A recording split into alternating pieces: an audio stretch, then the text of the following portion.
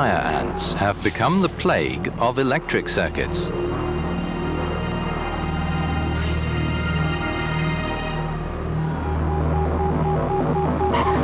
Their voracity impels them to attack anything electrified. Maybe they confuse the electric current with the waves emitted by their natural prey.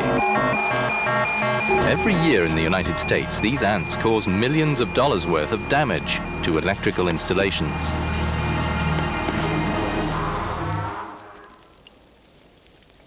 These invaders won't hesitate to transform themselves into a living raft for conquering new territories. Fire ants attack practically everything they come across: spiders, locusts, but also amphibia, frogs, toads, newts, and sick mammals. Okay guys, the survey we did yesterday revealed a number of ant colonies. Chris, if you could bring the ant killing machine down to the park down here in the South County, we can knock out that larger area pretty quickly with that equipment. So let's get out there and kill some ants. Chris is one of 400 inspectors of the anti-fire ant brigades. He is responsible for all the gardens of a district.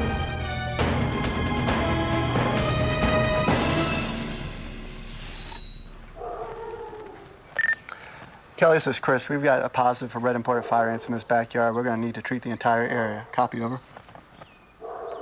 Copy, Chris. We'll be right there.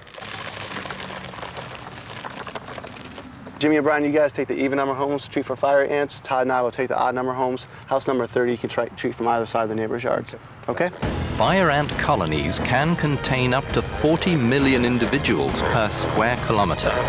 Upon contact with yellow granules, the ants stop growing and the colony dies. First time I got stung at the job, I was kneeling down to take a sample, not realizing I knelt down right on another mound. Next thing I know, there's dozens of ants all over me. They're stinging me. I just remember looking down at them going, "You're dead! I'm getting you! You're all dead!" And all the neighbors are just kind of looking at me going, "Oh man, who is this guy? What's this guy doing?" I was like, "I've got it under control. It's all right." Now, do they leave a stinger in you like bees do? They're not going to leave a stinger into you. So each ant, again, can sting maybe 7 or 8 times. Their venom burns like fire, hence their name, fire ants. The venom is a 40% concentration of formic acid. Highly corrosive, it causes pus-filled pimples. Fire ants are equipped with a real sting. It comes from inheritance through the family tree going back for 100 million years, to the time when ants were wasps. This weapon, that has teeth like a harpoon, can be just as fearsome.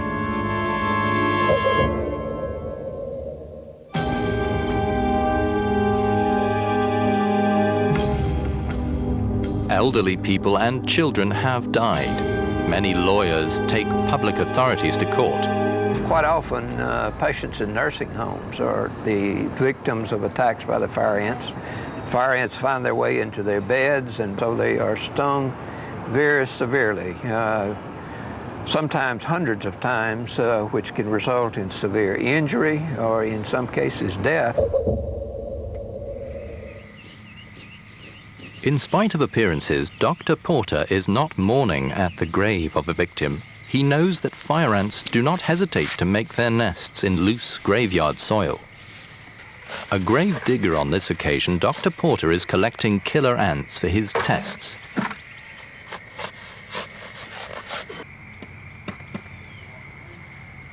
He has in fact been commissioned by the government to find a fundamental weapon that would not involve the use of an expensive human army.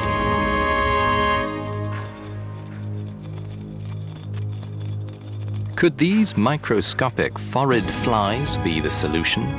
They attack the ants, injecting their eggs into the abdomen at the speed of lightning. This ant is doomed.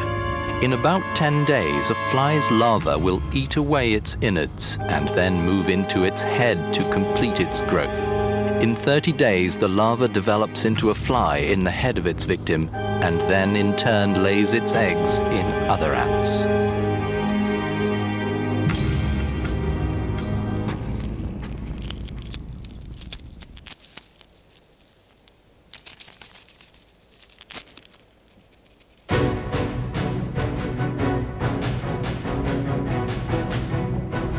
flies, meanwhile, are hovering above the ants like a fleet of attack helicopters, just diving in and hitting ant after ant as much as they can. Well, if we didn't hate the ants so darn much, we'd kind of feel sorry for them. But for the rest of us, we kind of take a little bit of pleasure in watching.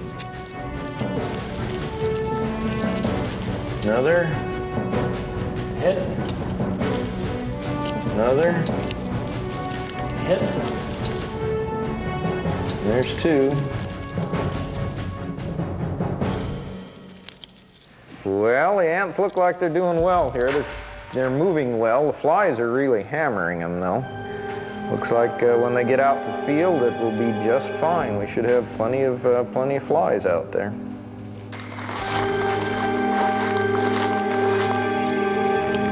Probably 100 or so parasitized ants in there if we're lucky. We'll see in 3 or 4 weeks how many flies we get out. Every parasitized ant's nest is doomed. The ultimate weapon could well be ready for action, but the population needs reassuring. Who here has been bitten by fire ants? Me. Wow. What does it feel like when you get stung by a fire ant? It feels like a bee stinging you, only not so much pain, but a little pain. Feel like something eating in your skin. Every year you resolve to beat this team, and every year you experience the agony of defeat. But it's your home turf, so this year take control of the game. As if to exorcise the fire, every year the town of Ashburn in Georgia organizes a festival where locals learn to laugh at fire ants.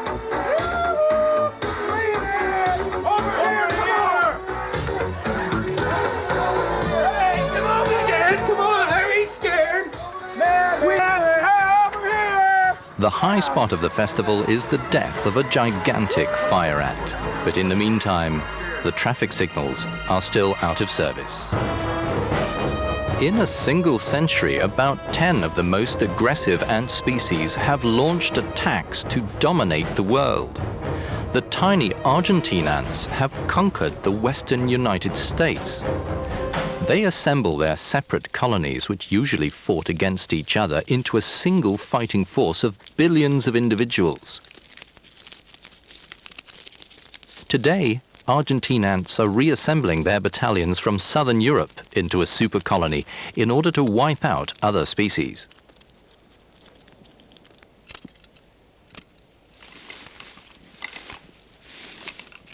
Mimicking the European Union, wood ants operate a common policy. In this society, there are 150 million ants. That is a phenomenal amount, but even more impressive, there are hundreds of thousands of queens that coexist in total harmony. There is no war in this system that is like a sort of federation, completely self-governing and based on a policy of mutual assistance. What is more, it never gives way to anarchy. On the contrary, 6-legged sedan chairs are even used to transport the queens between colonies, just like in the past when marriages were contracted between the royal families of European capitals to enable their people to live in peace.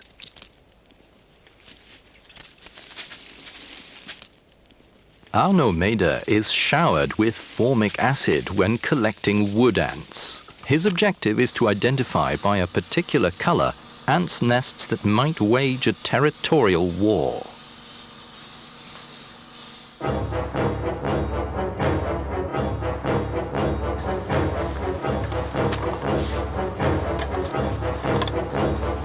Arno is transplanting ant citizens from the north, close to the most southerly ants' nests in the super colony. At first, all the ants are wary.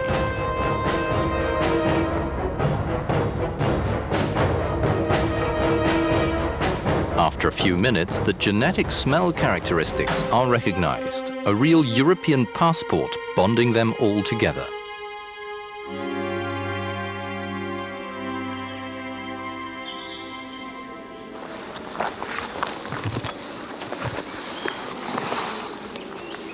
Arno uses GPS satellite technology to pinpoint the 1,200 nests of the wood ant super colony spread out over 70 hectares, with 100 kilometers of tracks in the heart of Europe, in the Jura mountain region. Millions of ants therefore live in peace at Antopolis. Not so foolish, these ant politicians. Most of the invaders come from Central and South America.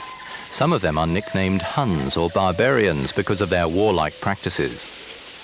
Legionnaire ants, Manions from Africa or Essitons from America have no fixed address. A colony of 1 million mercenaries can eat 50,000 insects in a single day. Their civilization is based on plunder. Their hunting columns extend hundreds of meters in length, devastating everything in their path, spreading terror among small animals.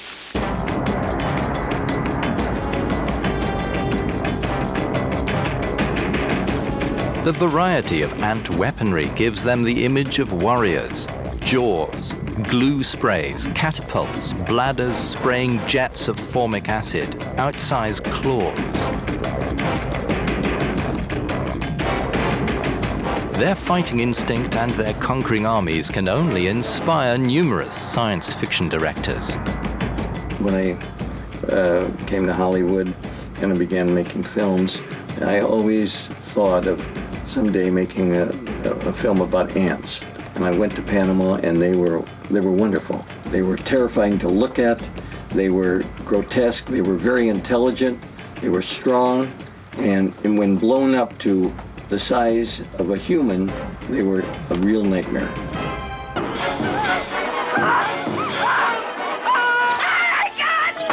Let's get out of here. Come on.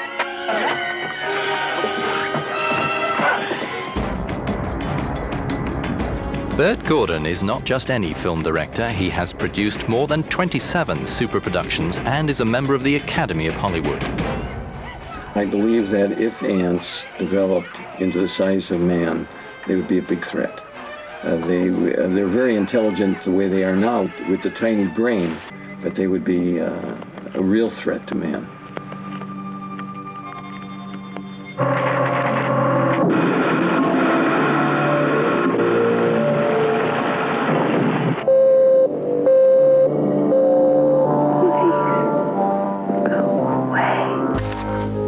May Berendome is an entomology professor, but she also runs a festival devoted to films about ants that she organizes with her film professor husband. I used to be afraid of insects when I was a kid, so I can relate to people who don't like them or are phobic about them. And this festival is a way to reach those people. If, for example, we were to advertise a lecture on insect physiology, nobody would come.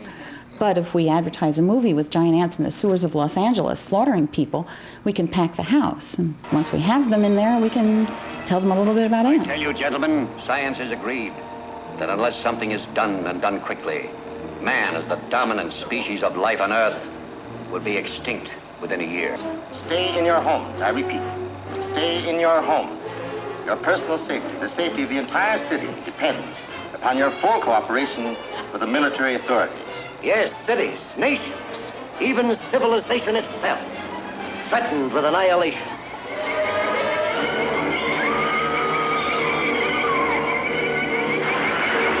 We may be witnesses to a biblical prophecy come true, and there shall be destruction and darkness come upon creation, and the beast shall reign over the earth.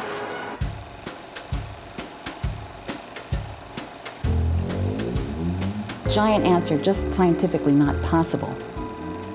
If somehow an ant were to reach enormous proportions, it would have so much trouble dealing with gravity, moving around and breathing that would probably end up collapsed on the ground, gasping for breath.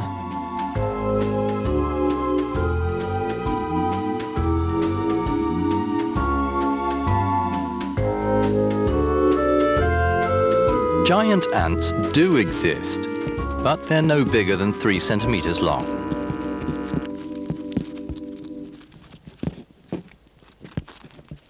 This queenless species, Dinoponera quadriceps, has ruthless sexual habits.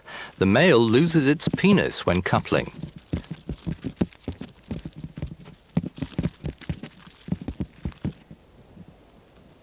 Very carnivorous, this giant eats cockroaches and crickets.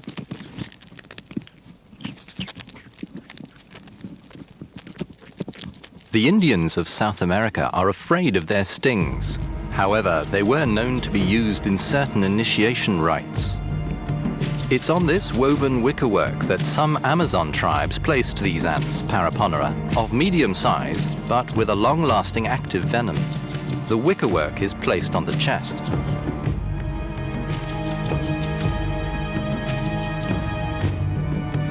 This ceremony proved the courage of the bridegroom on his wedding day, or symbolized the passage to manhood. In Africa, certain tribes from Cameroon punished adulterous women by having them eaten alive by ants.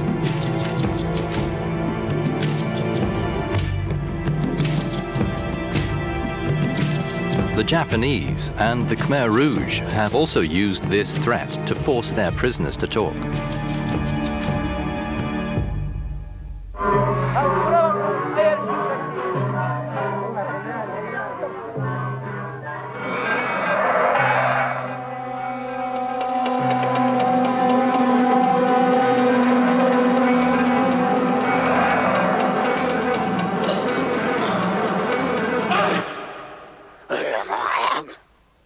Rex.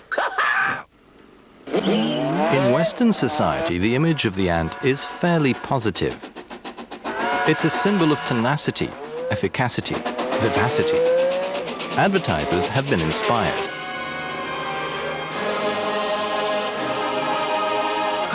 There's another one who thinks he's a polo.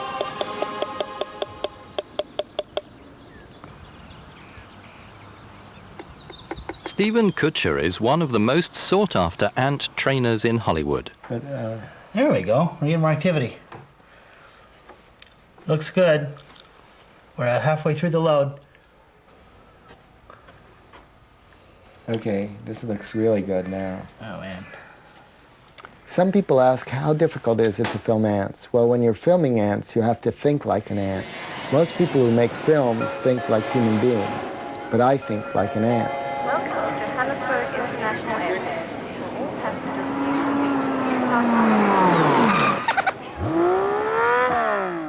Make sure you curve it a little bit so it doesn't go so straight. Yeah, that looks good. Yeah, that will look really good. That ants take a long time to walk, so if you have an ant going a long distance, it's too much film time, so why not just do the beginning and the end?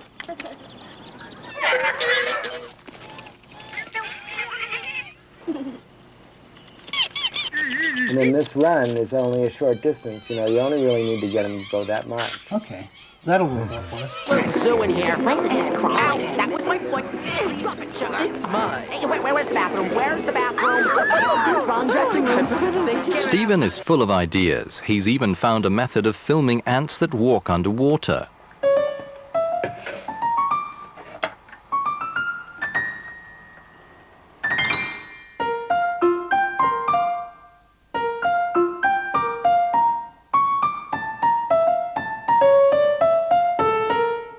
Is this a full mag? It's a full mag. You got 10 minutes. You hold that stick for 10 minutes? If you make it look good, I'll hold it for 10 minutes. Stephen reckons that ants can survive for 14 days without breathing underwater.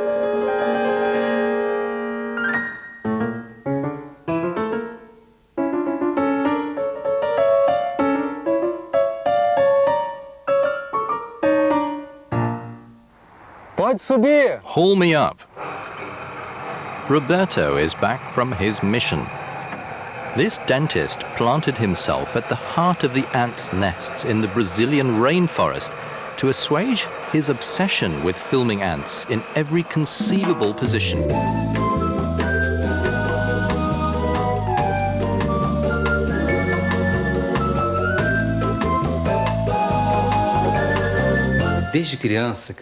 From childhood, I've had a passion for ants. Today I have a lovely house, a family, and a fine profession as a dentist. I'm in the process of abandoning this profession in order to devote myself to this passion. There are about 11,000 species of ant, and Roberto knows that there are many more to be discovered. The territorial jousting between combatant species is often very acrobatic. Each ant tries to turn its adversary on its side. By rearing up as high as possible on their feet, they try to intimidate their opponents.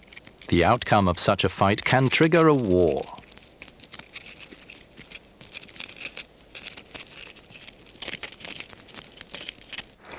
These legionnaire ants are in the process of invading an ant's nest to eat all its residents.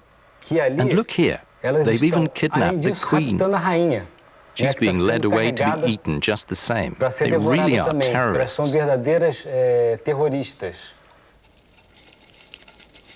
Roberto's ants have inventive behavior.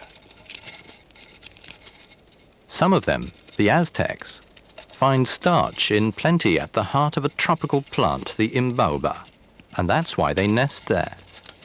In exchange, the plant benefits from protection by the ants, which chase all the parasites away.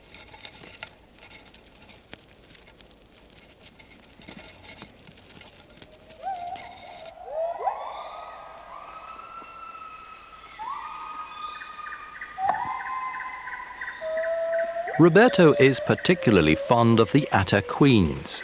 He doesn't just admire them with his eyes. They're also very tasty. Ants are considered as the food of the 21st century. Indeed, they are especially plentiful, rich in protein, low in cholesterol.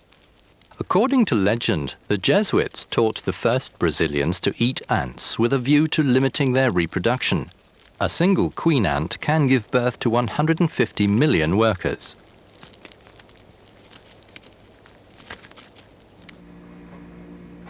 Roberto eats them fresh, preserved, or frozen.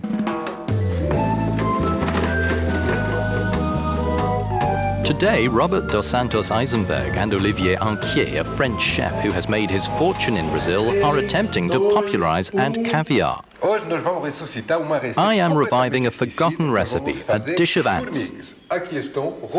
Roberto, an ant specialist, will explain to us that you use Tanajur or Isa ants, depending on where they were collected.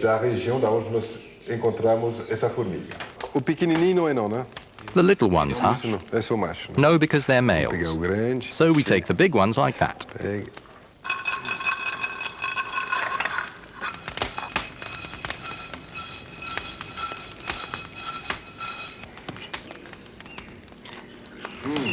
Our great writer Monteiro Lobato would say it's Brazilian caviar. In this region, it's customary to eat ants, and the Isa is the queen of ants.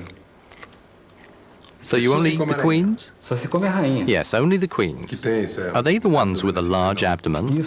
Yes, they're very nutritious.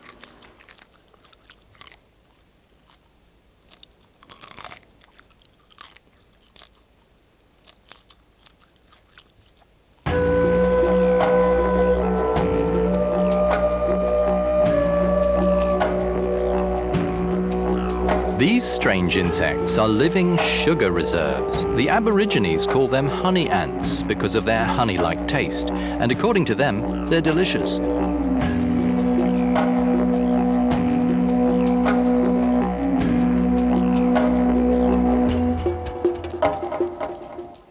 To survive drought conditions, these ants have developed an original system. Their workers collect nectar from a tree.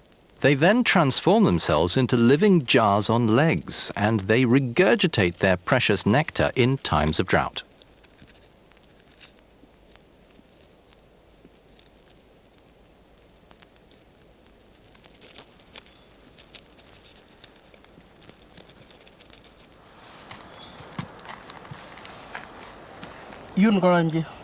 Ah, look, there are honey ants coming from this hole.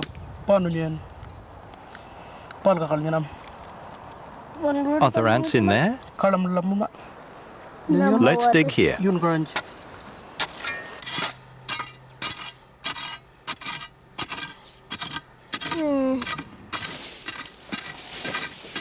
Some Aborigines won't hesitate to dig more than a meter underground to get to the sweet caviar.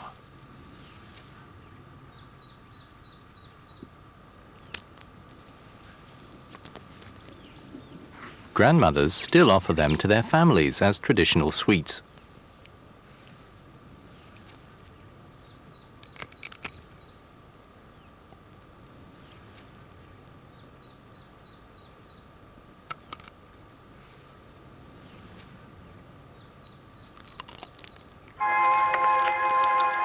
As for the sugar, the women extract it from the subsoil, a delicious dish for everyone and simple to prepare because all you have to do is squeeze the ant between your fingers to avoid its sting and dig out the honey pocket with your teeth.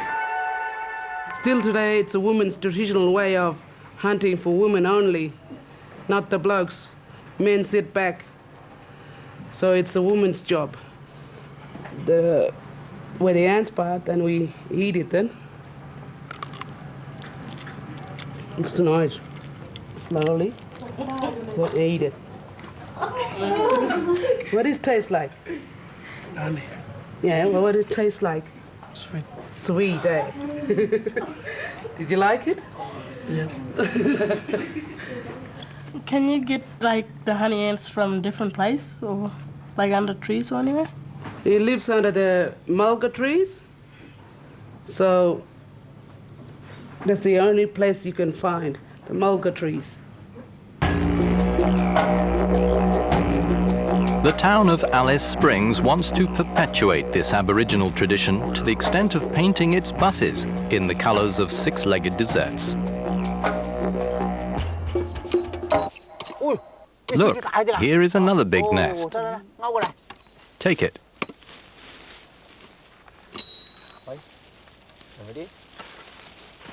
In the land of Mao, ants fall from the skies.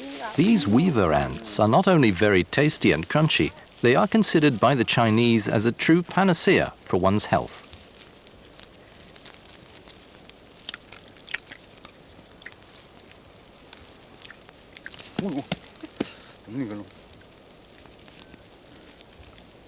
Humans are not the only ones to like them. To protect themselves from predators, the ants weave their nests out of leaves in the trees. Watch out.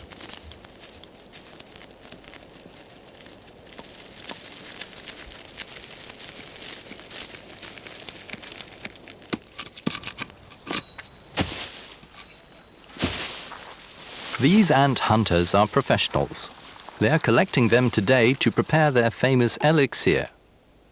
According to traditional Chinese medicine, the weaver ants can increase the appetite of persons suffering from cancer, can reduce pain and even aging in men. They are prescribed for everything: asthma, chronic hepatitis, poor blood circulation.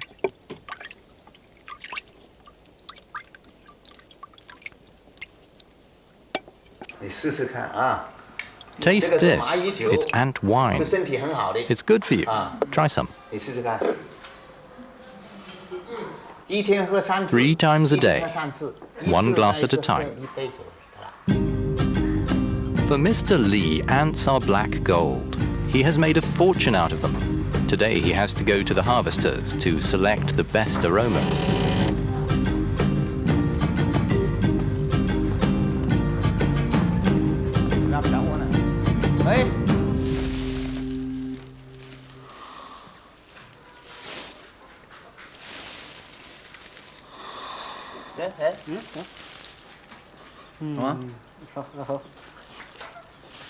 Okay, these 2 bags are good. Yes, they're the same.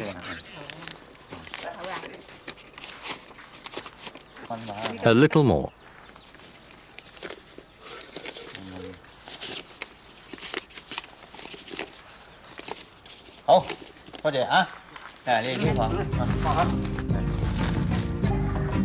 The Chinese are so taken with eating medicinal ants that Mr. Lee now has to obtain supplies from across the whole province, by bicycle, by boat and on foot, to keep his factory supplied.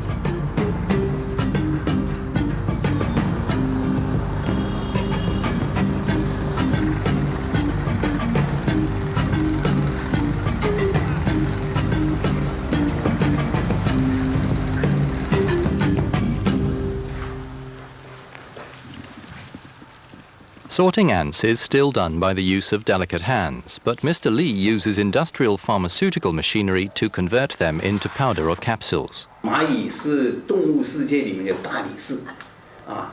The ant is the strongest animal according to scientists, pulling 400 times its own weight, compared to 4 times for the elephant. You must eat ants to increase your strength. In summer, the weaver ant lives in the trees, and in winter, in damp soil, without ever contracting rheumatism. Ants are great against rheumatism.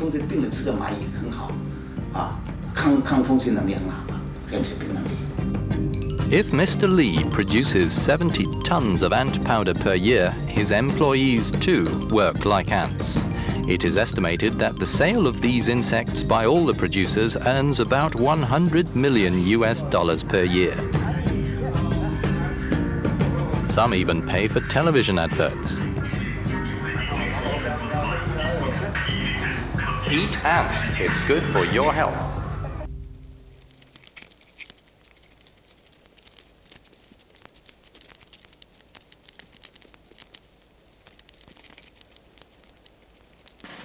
These Australian bulldog ants are not to be eaten. Their sting is extremely painful and dangerous. Through working with these very aggressive ants, Craig Angus has become allergic to their pheromones, resulting in sneezing fits. He's dressed in his commando gear to avoid any contact with them.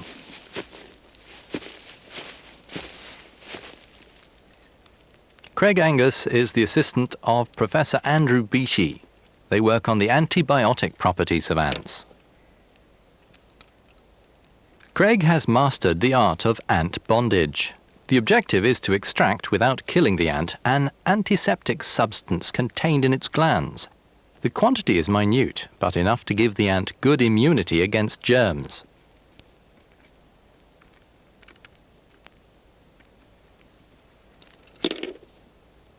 Concentrating hard, Craig checks his hold once again while the ant tries to sting him.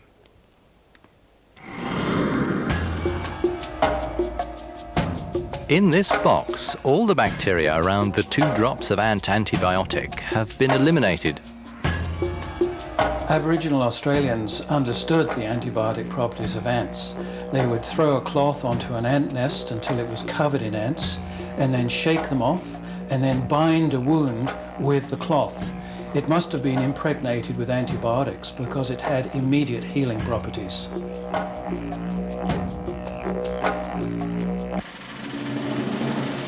Man only discovered antibiotics 60 years ago, whereas ants have been using them for 60 million years. The conventional use of antibiotics is causing resistance on the part of the bacteria that cause human diseases worldwide. New sources of antibiotics have to be found as quickly as possible. We believe that our research into antibiotics produced by ants and other insects will provide insights into new ways of fighting human disease. Mushroom-growing ants also cultivate antibiotics. An electron microscope reveals a bacterial mousse attached to their backs that protects them from the risk of infection. These antibiotics are manufactured in underground chambers from chewed leaves that turn into a substratum in which the fungus grows and produces food and medicines for the colony.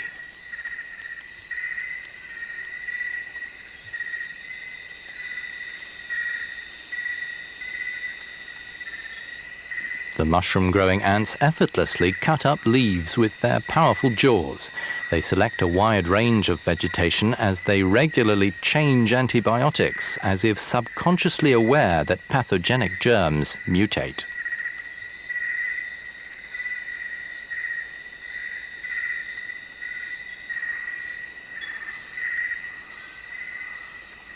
Throughout history, ants have been genuine walking and chewing pharmacists. In the Middle Ages in Europe, people used their formic acid to preserve animal corpses and to clean certain wounds. More recently, in Africa, they were used as surgical staples to close cuts. They bit into the flesh in such a way that the sides of the wound closed. Once the jaws closed, the ant's body was cut off, leaving just the insect staple.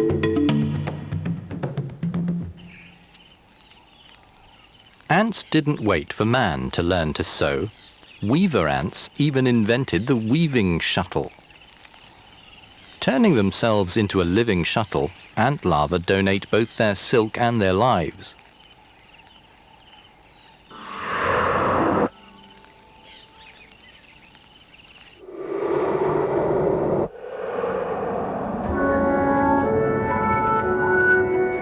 Australian weaver ant larvae secrete silk thread from a gland under the mouth. The worker seamstress presses the larva between its jaws so as to reel the precious thread via combs on its feet.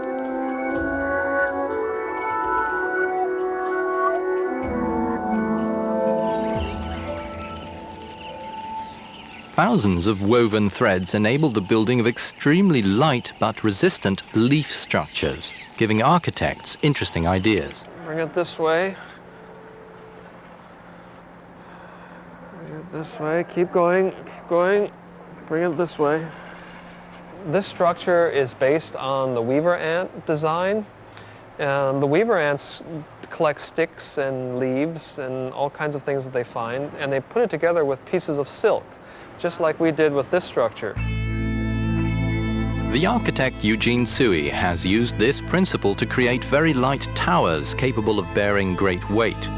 By borrowing ideas from nature, he's seeking ways to produce environment-friendly housing that's economic, quick, safe, aesthetic, and natural.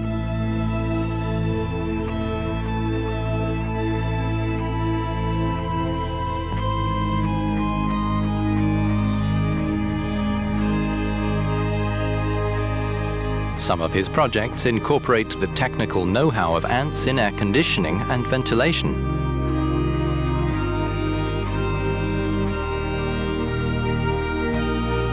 In California, earthquakes, fire and floods are a constant worry.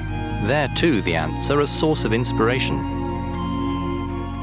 The shape of the building is very much like the ant body. This building is shaped like that because it has to be very strong in an earthquake, and also it has this rough texture.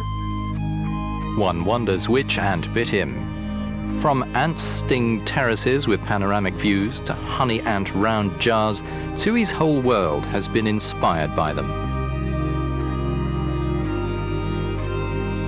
I have to imagine myself being an ant to begin to understand why and how the ant made certain decisions to create the incredible habitats that it creates.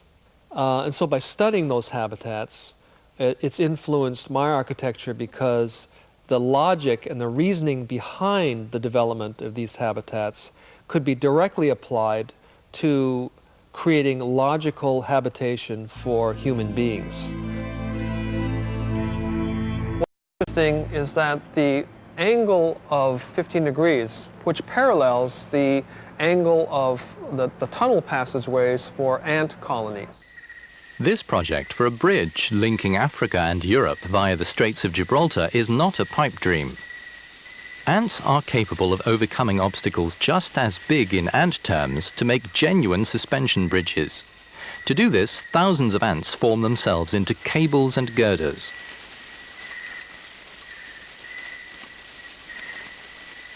Once the civil engineering is finished, the Queen can be carried around on her sedan chair, and thousands of workers can use the bridge safely to cross the obstacle.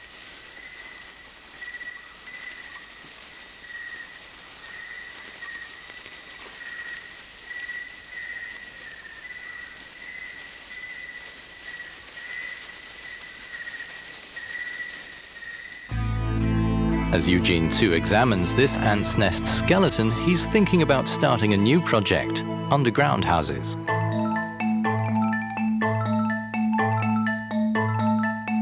This man is not an osteopath.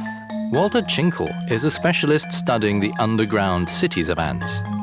For 10 years, he's been trying to find out how ants build such complex and varied nests without the help of architects or plans. Some nests reach a depth of 4 meters, which on a human scale is the equivalent of an underground city 7 kilometers deep. How does natural selection build this set of behaviors into the individual ants so that their interaction with the environment and with each other produces these species-typical nests? That's just unknown at this point. But it is the central question.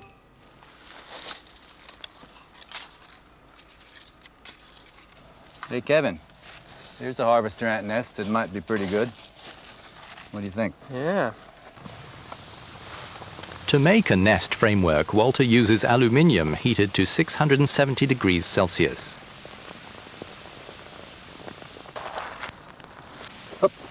It's rising. I think we got it.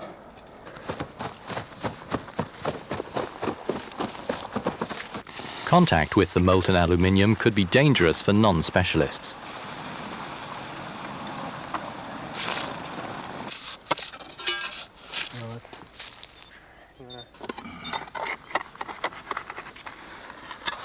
Okay, lay it down.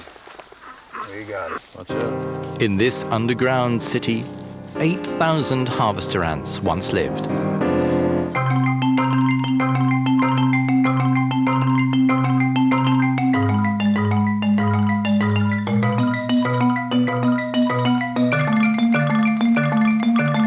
Some ants have devised a spiral staircase, others an endless screw.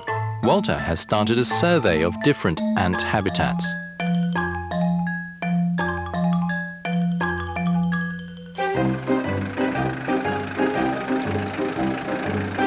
This special convoy is not carrying an ant's nest for Walter Chinkle's survey.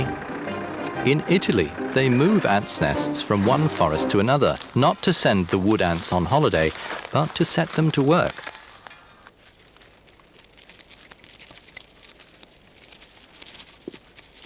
If ants are sometimes a curse for farmers, they are very useful to man. They're excellent exterminators of processionary caterpillars that ravage pine trees.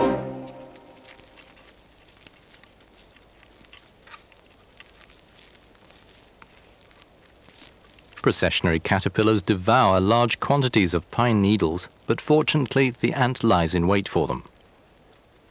Forest rangers know that the presence of wood ant colonies in the forest is a sign of good health. An Italian law dating from 1880 imposes a heavy fine on anyone destroying an ant's nest.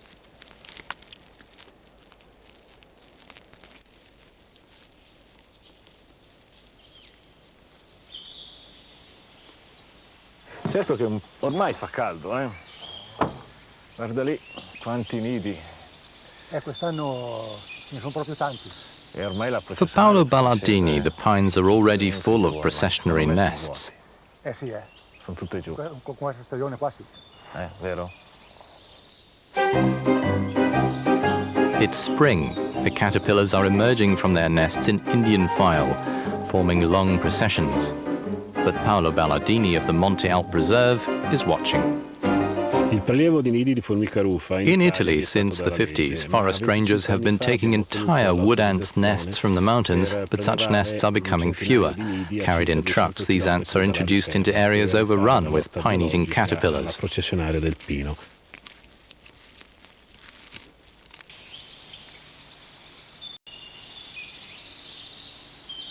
At the end of the summer, Paolo collects the butterfly traps to check whether the caterpillars have completed the metamorphosis in spite of the ants. Numero 7. Vediamo un po'.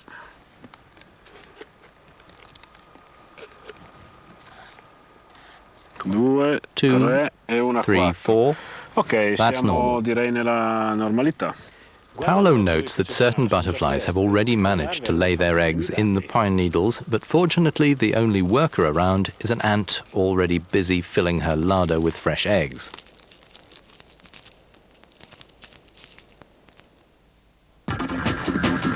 It's estimated that several million different prey are caught in a season by a single colony.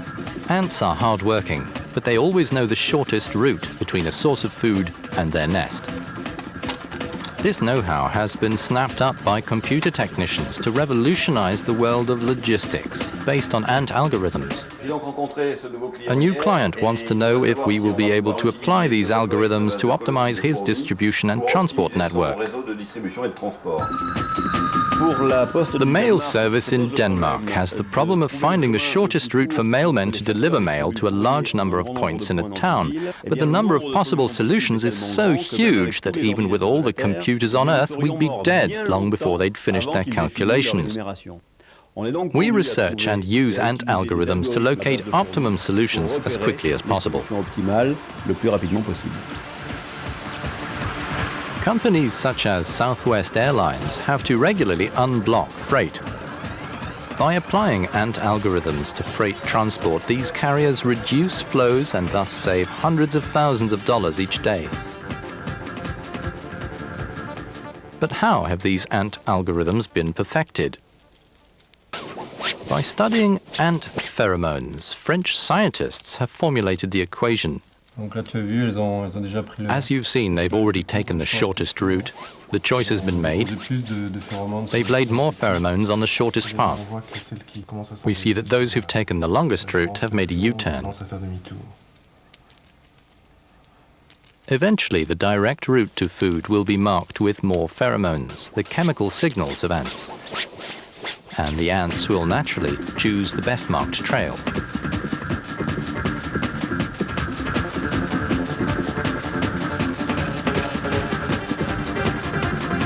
The engineers have converted this concept into a mathematical algorithm to find the fastest route as quickly as possible.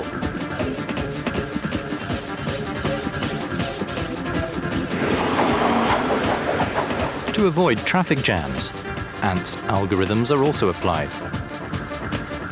When the traffic is flowing, the ants leave a dense chemical trail showing the right direction. Where traffic slows, the trail is less marked.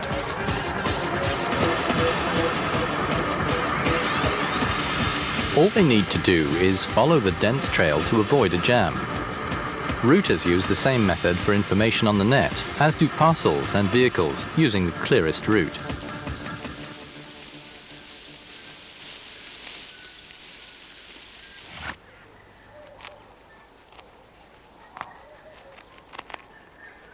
Ants also use pheromones to get their bearings in the dark ant's nest.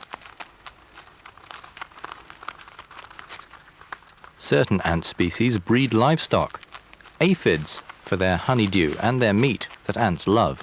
To catch them, the ants use a lasso made from silk thread impregnated with pheromones. Pheromones also help ants to design their underground cities. The tiny space between rooms is obtained thanks to construction plans left by chemical signals.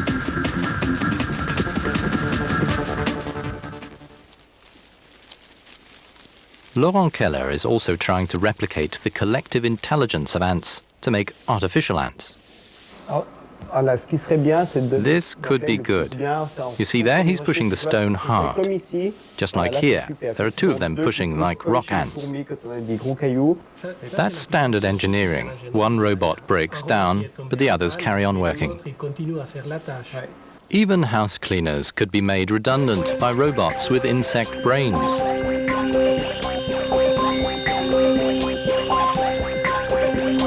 Today we're a long way from the first humanoid machines. These little robots are designed to work together like ants.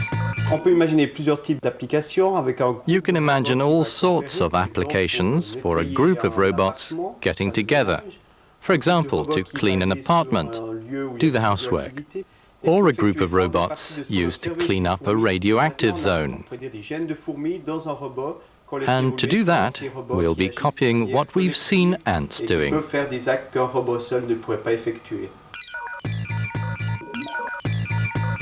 What is missing from industrial robots that copy humans is the independence of ant decision-making. Ants, even with their very primitive nervous systems, can do several jobs without a boss. In less than 50 years' time, miniature robots will invade our world and start working like ants.